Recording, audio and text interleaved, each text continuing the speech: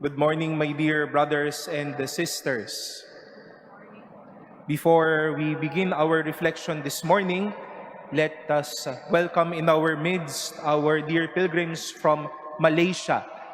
With us this morning is Father Robert and 28 pilgrims from Malaysia joining us and visiting the Manila Cathedral this Sunday. Maligayang pagdating po, mabuhay po kayo.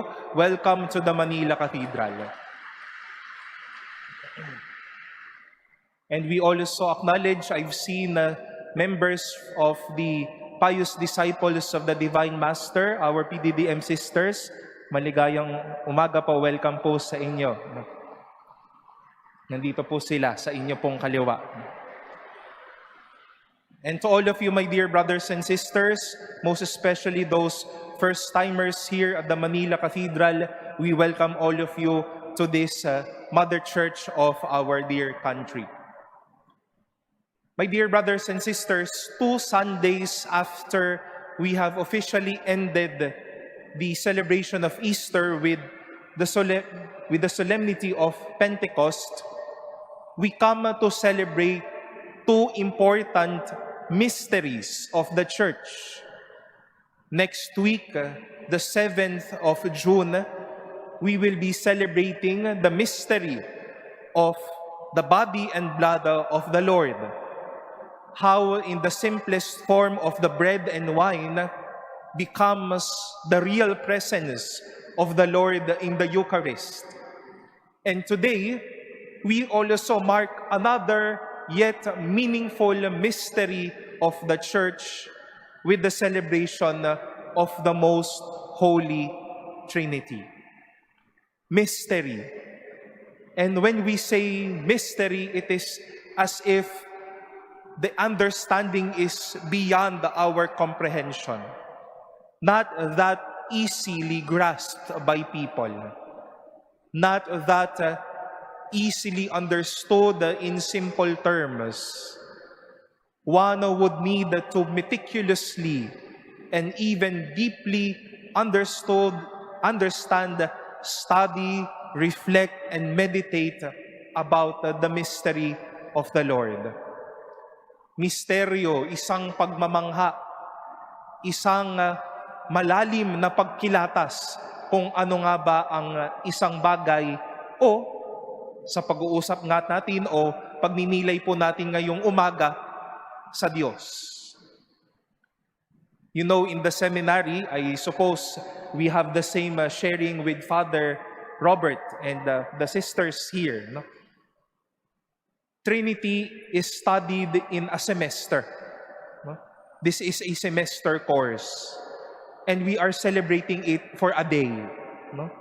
So it is also a mystery how we can munch all and even bring everything in one celebration. You will be hearing in that class or whenever we celebrate the mystery of the Trinity, we say the eminent Trinity and also the immanent Trinity. You would also hear the thought of the economy of the Trinity, how they are working together, and even it is also mystery that why we have one God in 3 divine persons. And the person is not the person like you and me, but the person that the Father is Creator, the Son is Redeemer, the Spirit is Sanctifier. Are you nose bleeding right now? No. But my dear brothers and sisters, this celebration would not only mind us how the Trinity is a mystery, but at this feast would like to invite all of us that the mystery itself is family. We have the Father, the Son, and the Holy Spirit working together, working with all of us right now, the Father calling us together. We all address our prayers to God through Jesus. We are capable of praying because the Holy Spirit has empowered us. how a family works. And more than family, family is also relationship. How the Trinity would like to remind us that they are family to us and they are part of our lives. Sila ay isang mag-anak o isang pagsasama at nais ding iparana sa atin na kasama natin sila. And beautifully, this were given importance in our readings today. In our first reading from the book of Exodus, we come to this experience of the Lord standing by Moses. Not only a God who is mysterious, but a God who is present. To where Moses expressed the holiest greeting of Lord, Lord, where Moses also exclaimed, "You are a merciful and gracious God, slow to anger and rich in kindness and fidelity." Not anymore a God whom he can just look up, but we came to this event, how the Lord was just beside him, standing by him, assuring him of his presence. Isang Diyos na katabi, nakatayo, tumitindig para sa atin. Not only a mere mystery, but a family beside us. In our second reading from the letter of Paul to the Corinthians, I hope and I suppose this is something usual to all of you. We often hear this whenever it's the Holy Mass.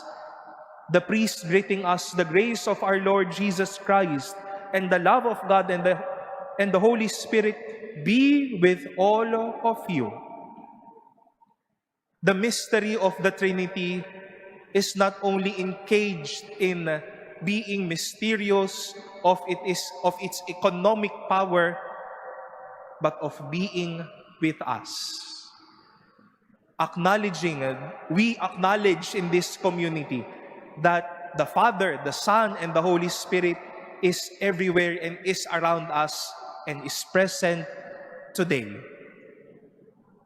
Kahit ho ba yung mga katabi ninyo ay ayaw ninyong makatabi muna ngayon, kahit inaaway kayo ng mga katabi ninyo, buhay po ang Diyos diyan.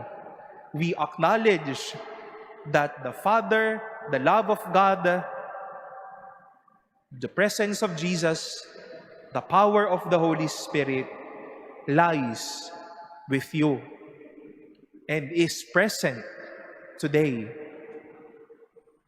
And much more, we see and witness how the Trinity is not only a mystery when in this experience or in dialogue between Jesus and Nicodemus, when Jesus said, "God so loved the world that He gave His only Son so that we might have eternal life." A mysterious God loving a human person like you and me. And as a sign of His constant and deepened love, what He gave was not a spirit. He gave not angels, but He gave His Son to you and to me. Ganyang kakamahal ng Diyos. Hindi lamang isang papel o libro ang ibinigay sa iyo. Ang ibinigay sa iyo yung kaisa-isa, bugtong at mahal na mahal niyang anak. For those of you who were here during or who celebrated the Easter Vigil, when the deacon recited or sang or proclaimed rather the Easter proclamation, we heard those words again. Just to ransom a slave, you gave away your son. It could have been the most precious gift or son that God has been enjoying up there in the heavens. But He loves us so much. He loves us so much that Jesus is here and He gave you and me His loving Son. That is the mystery. The mystery not only encaged in the heavens, but a mystery wanting to be family to us, wanting to be close with us, wanting to be with us, and loving us in this life. You know, for many times, if I happen to even experience a simple and yet profound joy in my life, even tasting a delicious food, I would readily say, "Oh Lord, you are so good. Lord, napakabuti mo." When the cardinal announced that we will be ordained deacons, the first thing I did was to go to confession, and I can even open my mouth to start the confession, because just like Moses, he let me feel that indeed God is a merciful, a loving God, a gracious God. For most of the times, mga kapatid, marahil nakikita din po at nararanasan din natin ito na kapag ka nakarinig ng magandang balita, kapag ka nalaman na ang pamilya ay nakaluwag-luwag na ng onti, kapag ka ang problema sa bansa ay unti-unting naaayos, kapag ka mayroong nasagot na panalangin, isn't it that most of the times we even murmur and whisper to ourselves, "Salamat sa Diyos." And even during those moments that we are in dire need, we are even hopeful to hopeless things that we sometimes think of, this mysterious God would always come to us as a family, to where we can also whisper, "Lord, help me. Lord, come to my aid. Lord, bless me, bless my family, bless my loved ones." That is the good God that we have. Not only a mystery that is up high the heavens, but a mystery that is our family. A mystery that would like us to experience their closeness to us. And my dear brothers and sisters, more than celebrating this Sunday as the Trinity as a mystery, let us remind ourselves of God's closeness, of God's intimacy with us. How God stands with us, how God is with us, and how God loves us. At ito nawa po yung maging isang bagay na panghawakan ho natin araw-araw, na sa kabila ng pinagdadaanan natin na bilang bansa, sa mga pinagsusumikapan natin araw-araw, sa mga pinupursigi po nating mga pangarap sa ating buhay, baunin po natin ang hindi lang isang misteryosong Diyos, kundi isang Diyos na kaisa natin. God standing by us, God with us, and a God loving us.